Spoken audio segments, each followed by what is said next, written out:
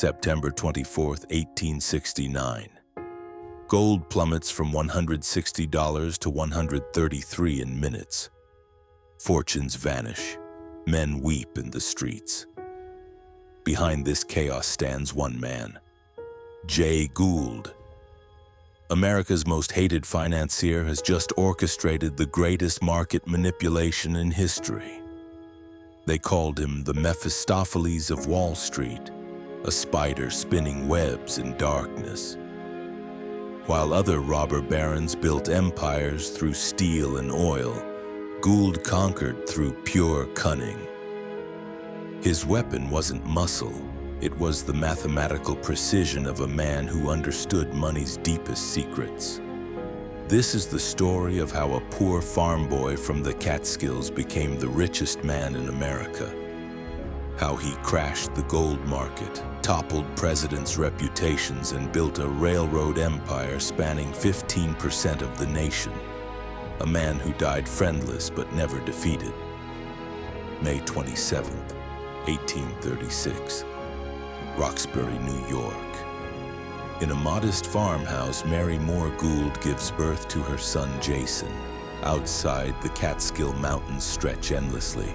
Inside, a future titan draws his first breath, already destined to reject the simple life surrounding him completely. His great-grandfather, John Moore, had founded towns and accumulated wealth. His grandfather served as state senator. But by Jay's birth, that prosperity had withered like autumn leaves. The Gould family scratched survival from rocky soil, their dreams buried beneath endless seasons of back-breaking labor. Young Jay possessed an unusual mind. While other children played, he calculated. While they dreamed of adventures, he studied surveying mathematics by candlelight. His father, John, noticed the boy's strange intensity, how he stared at numbers like they held the universe's secrets within their elegant patterns. "I want nothing to do with farming," Jay declared at 15. His father dropped him at Hobart Academy with 50 cents and a sack of clothes. No tearful goodbye, just a quiet understanding that this son belonged to a different world entirely. At school, Jay's hunger devoured knowledge like wildfire consumes dry timber. Mathematics, surveying, literature, he absorbed everything. His classmates found him peculiar. This intense boy who spoke little but whose eyes burned with an almost frightening ambition that unsettled even his teachers. The blacksmith shop reeked of coal smoke and sweat.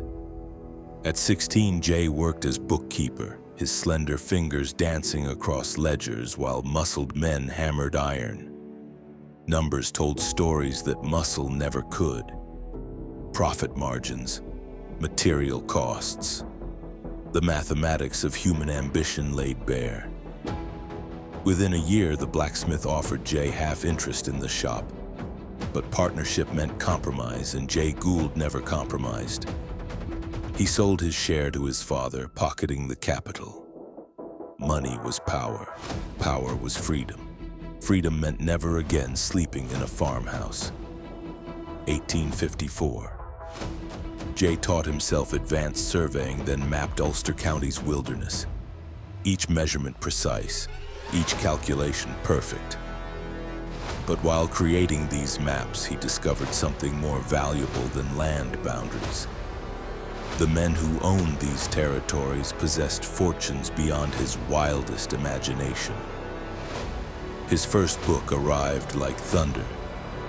History of Delaware County and Border Wars of New York. At 18, Jay had written what the New York Times called admirable. But admiration didn't fill empty pockets. He needed schemes that generated cash, not literary praise from distant editors. Wood, ash, and tannin. These humble substances transformed animal hides into leather. Jay financed ash makers, understanding that fortunes hide in the most mundane materials. While others sought gold nuggets, he found profit in the waste products of forest fires. Genius often wears work clothes. Zadok Pratt was a tanning magnate. When he offered partnership, Jay accepted immediately. Together, they founded a Pennsylvania tannery and territory later named Gouldsboro. The student had found his first master. But students who truly understand their lessons eventually become teachers themselves. Charles Mortimer Loip was New York's leading leather merchant, wealthy, established, connected. When he offered Jay partnership, it seemed like destiny's reward for years of patient learning. But destiny, Jay would discover, often wears the mask of opportunity while concealing the face of disaster. 1857. The panic struck like lightning across clear skies. Banks collapsed, fortunes evaporated. Loip lost everything overnight. But while others mourned their losses, Jay Gould saw opportunity gleaming like diamonds scattered across a battlefield. Economic chaos was his natural hunting ground.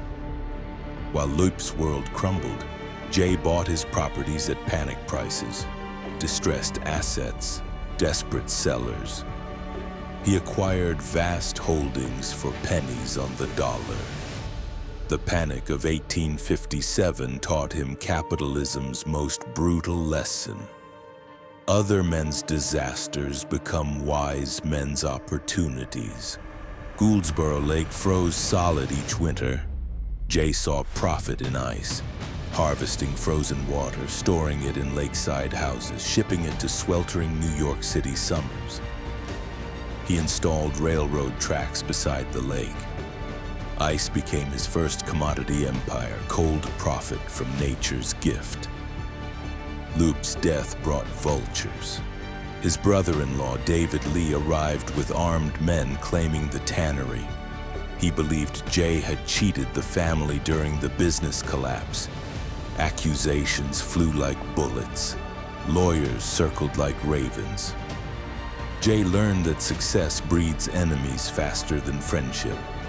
Jay fought for the tannery through courts and cunning, but eventually sold his shares to Lee's brother. Sometimes retreat serves strategy better than victory. He'd learned valuable lessons about partnerships, panics, and the price of trusting other men's honor over legal documents. Wall Street, 1859. The financial district hummed with speculation fever. Railroad stocks rose and fell like ocean tides. Jay studied these patterns obsessively, learning to read the mathematics of mass psychology. He began buying small railway securities, testing the waters carefully. The Civil War raged, but Jay fought his battles on different fields. While young men died at Gettysburg, he traded railroad stocks in Manhattan offices. War created opportunities for those wise enough to profit from chaos, while others bled for principle and glory. 1863 brought two momentous events. Jay married Helen Day Miller, a merchant's daughter who brought respectability to his growing fortune. The same year, he became manager of the Rensselaer and Saratoga Railway. Love and power arrived together as if destiny approved his ambitions. Helen bore him 6 children, but Jay's true offspring were railroad companies. He bought and reorganized the Rutland and Washington Railway, transforming failure into profit through financial alchemy. Each acquisition taught him deeper secrets about the art of corporate manipulation and reconstruction.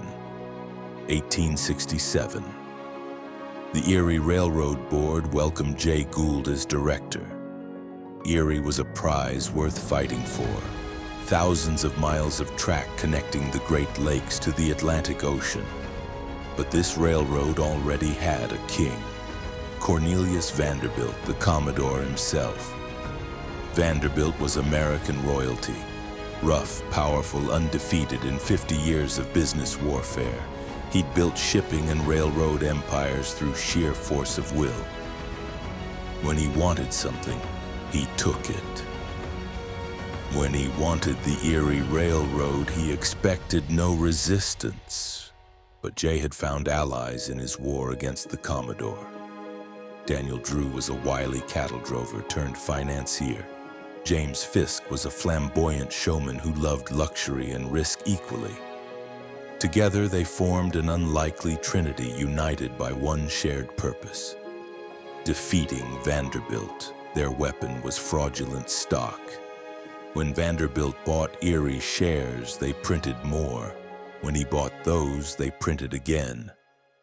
Like conjurers pulling endless scarves from empty hats, they created stock certificates from thin air, diluting Vanderbilt's purchases into worthlessness. The Erie War raged through 1868. Bribes flowed to Albany legislators like rivers after spring rain. Judges received golden handshakes. Politicians sold their votes to the highest bidder. Democracy became an auction house where laws went to whoever paid the highest prices. Vanderbilt spent millions purchasing worthless stock certificates. Finally, even the Commodore admitted defeat. He withdrew from the Erie War, calling Jay the smartest man in America. Victory tasted sweeter than revenge.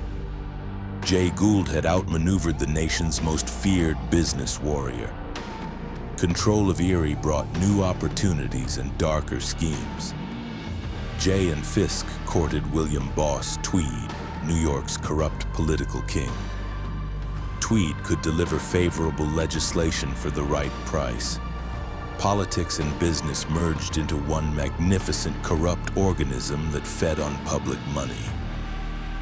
But even success breeds dissatisfaction. Daniel Drew, their former ally, became expendable baggage. Jay and Fisk forced him out of Erie through financial manipulation. In their world, friendship lasted only as long as mutual profit. Loyalty was a luxury they couldn't afford. 1869 brought Jay's most audacious scheme yet. America's economy depended on gold, but only $20 million circulated in the entire market.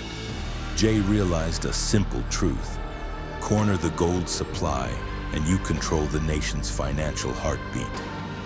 The plan required presidential cooperation. Ulysses Grant held the key: government gold sales. If Grant sold Treasury gold, prices would crash. If he didn't, Jay could drive prices skyward. The President of the United States had to become an unwitting partner in market manipulation. Abel Corbin was the perfect inside man. President Grant's brother-in-law and a financier with flexible morals. Jay befriended Corbin, offering him $1.5 million in gold speculation profits. Family connections became weapons in financial warfare. Daniel Butterfield was assistant treasurer in New York, responsible for government gold sales. Corbin convinced Grant to appoint him to this crucial position. In exchange for advance warning about Treasury gold sales, Butterfield received partnership in their conspiracy worth millions. Jay arranged social meetings where he could influence Grant directly. Over dinners and casual conversations, he argued that high gold prices would benefit American farmers selling crops overseas. Patriotic rhetoric disguised naked greed. Truth became another commodity to be manipulated. September 1st, 1869, the gold conspiracy began with Jay and Fisk purchasing $1.5 million in gold. They used fake names and hidden brokers to disguise their massive accumulation. The hunt for America's financial soul had officially commenced. Gold prices climbed from $130 to $137 per ounce in days. Other speculators noticed the unusual activity but couldn't identify the buyers. Jay and Fisk remained hidden behind an army of intermediaries like generals commanding from behind smoke screens. September 7th brought temporary setback. Some conspirators sold $6 million in gold, causing prices to plummet from $137 to $134. Jay lost over $100,000 in 2 days. Even master manipulators occasionally taste failure's bitter medicine completely. But Jay's resolve never wavered. He convinced Fisk to rejoin the conspiracy with renewed determination. They controlled enough gold to sink a ship, as Fisk colorfully described their holdings. The game was far from over. It was entering its most dangerous phase. September 23rd. Gold reached $145, then $150. Panic spread through Wall Street like wildfire. Legitimate commerce froze as merchants couldn't afford to buy or sell anything. The entire American economy trembled under Jay's manipulation. President Grant finally realized his brother-in-law was involved in market manipulation. Furious at being deceived, he ordered his wife Julia to write Jenny Corbin, warning that the president would do his duty to the country and break the gold corner immediately.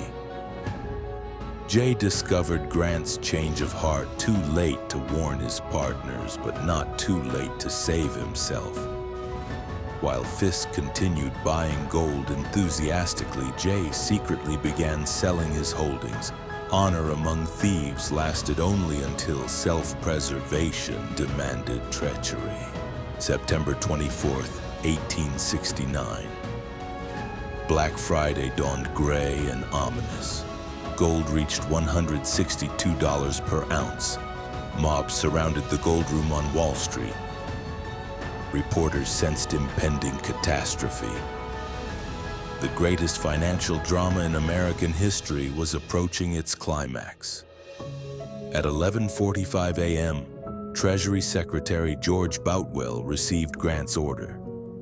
Sell $4 million in government gold immediately. At noon, word reached Wall Street. Within 15 minutes, gold plummeted from $162 to $133. Fortunes evaporated instantly. The gold room exploded into chaos. Men who'd bought gold on margin were instantly ruined. Brokerage houses collapsed like houses of cards. Some speculators wept openly, others fainted from shock. The American dream became a nightmare in 15 minutes of uncontrolled panic. Jay Gould escaped disaster by selling early, but his reputation was destroyed forever. Newspapers called him the human incarnation of avarice. Angry mobs threatened his life. Police protection became necessary. Success without honor proved more dangerous than failure with dignity. Congressional investigations followed, but Jay and Fisk escaped prosecution through bribery and legal manipulation. Boss Tweed's corrupt judges protected them. American justice was for sale to the highest bidder. Democracy's foundations cracked under the weight of unlimited greed and corruption. The scandal reached Grant's presidency directly. His brother-in-law was ruined. His administration's reputation suffered permanent damage. Black Friday became a symbol of Gilded Age corruption when private greed overwhelmed public good. The president learned that family ties create political liabilities. 1872 brought Jay's expulsion from Erie Railroad. Public outrage and legal pressure finally forced him out. But defeat only fueled his ambition. At 36, he possessed $25 million in hard-earned knowledge about American capitalism's darkest secrets.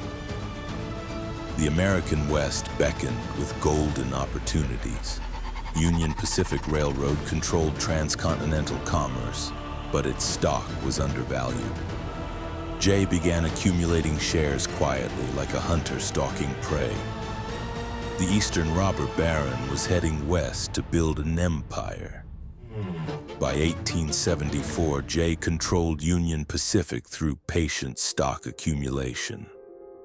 The railroad spanned 2,000 miles of American wilderness. Cattle, crops, and commerce flowed along his tracks.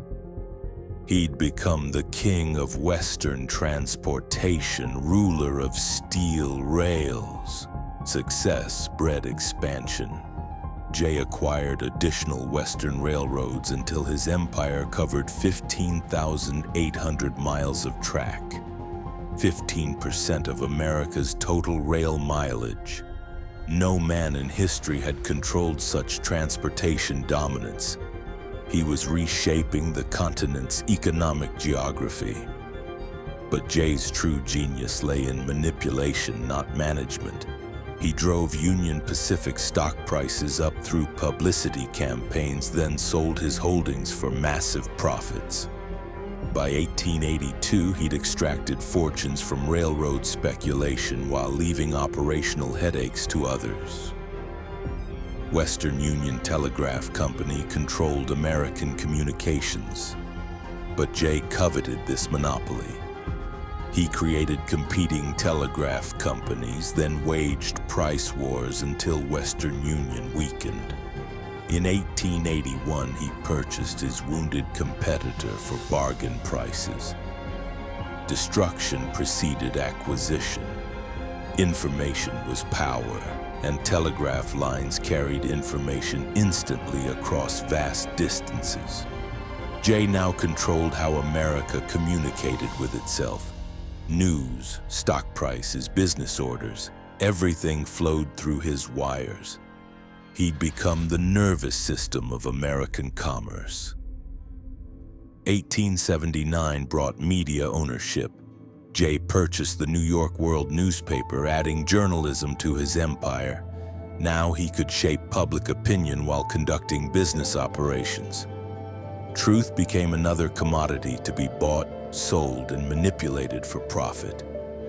The world allowed Jay to attack his enemies through editorial campaigns while promoting his own interests as patriotic virtues. Journalism became warfare by other means. Public opinion was manufactured like any other product, sold to consumers who believed they were reading facts. By 1886, Jay controlled Manhattan's elevated railway system, giving him monopoly over New York City transportation. Millions of passengers paid him daily for the privilege of reaching their destinations. The city's blood circulation flowed through his elevated veins. His mansion Lyndhurst overlooked the Hudson River like a Gothic cathedral celebrating money instead of God. 47 rooms housed art treasures and luxury beyond imagination. But wealth couldn't purchase the one thing Jay truly desired: public respect and genuine friendship. Helen and their 6 children provided Jay's only happiness. George would inherit the business empire. Helen Shepherd would dedicate her life to charity, trying to repair her father's reputation. But Jay himself remained isolated, surrounded by wealth and consumed by loneliness. Business consumed Jay's every waking moment. He worked 18-hour days, studying financial reports like sacred texts. Money was his religion, profit his prayer, and competition his communion. Success had become both his salvation and his eternal damnation. The press remained relentlessly hostile. Newspapers depicted him as America's financial devil. Cartoons showed him as a spider or snake. Public hatred followed him everywhere. Children were taught his name as a synonym for greed. Fame and infamy became identical twins. Yet Jay's railroad improvements connected American markets like never before. His telegraph networks enabled instant communication across vast distances. His transportation systems moved crops from farms to cities efficiently. Progress and corruption traveled together on the same tracks. 1892 brought tuberculosis, then called consumption. The disease that had claimed millions chose America's richest man as its final victim. Money couldn't purchase health. Power couldn't defeat death. Jay's greatest enemy was microscopic and incorruptible. December 2nd, 1892. Jay Gould died at age 56 alone except for family. No business associates attended his funeral. No public mourning marked his passing. The man who touched millions of lives had made no real friends during his relentless pursuit of wealth. His fortune was estimated at $72 million, though probably closer to $100 million. He'd hidden wealth to avoid taxes even from his deathbed. Death became his final financial manipulation, cheating the government one last time through careful estate planning. One pastor called him the human incarnation of avarice, a thief in the night stalking his fellow man. Newspapers celebrated his death as liberation from financial tyranny. America breathed easier knowing its most ruthless capitalist could steal no more fortunes. Yet his children used inherited wealth for charity and public service. Helen Shepherd gave away half her fortune helping others. Edwin donated millions to worthy causes. They tried to purchase posthumous redemption for their father through systematic generosity and charitable philanthropy. Modern historians debate Jay's legacy more kindly. His railroad networks genuinely improved American commerce. His telegraph systems accelerated communication and economic development. Perhaps his methods were products of unregulated times rather than inherent evil within his character. The financial regulations that followed Jay's career, securities laws, banking oversight, antitrust legislation, emerged directly from public outrage over his manipulations. His excesses necessitated the rules that govern modern markets. Evil sometimes serves progress through providing negative examples. Jay Gould proved that in unregulated capitalism, intelligence combined with ruthlessness could accumulate unlimited power. But he also demonstrated that wealth without honor creates isolation, and success without friendship becomes its own prison sentence of loneliness. His story remains America's cautionary tale about unfettered ambition. What profits a man if he gains the whole world but loses his soul? Jay conquered markets, controlled industries, and accumulated vast fortunes, yet died friendless and despised by millions. September 24th, 1869. Remember that date, when one man's greed crashed America's gold market in 15 minutes. Jay Gould, the spider who spun financial webs in darkness, the robber baron who taught America that unlimited power demands unlimited regulation.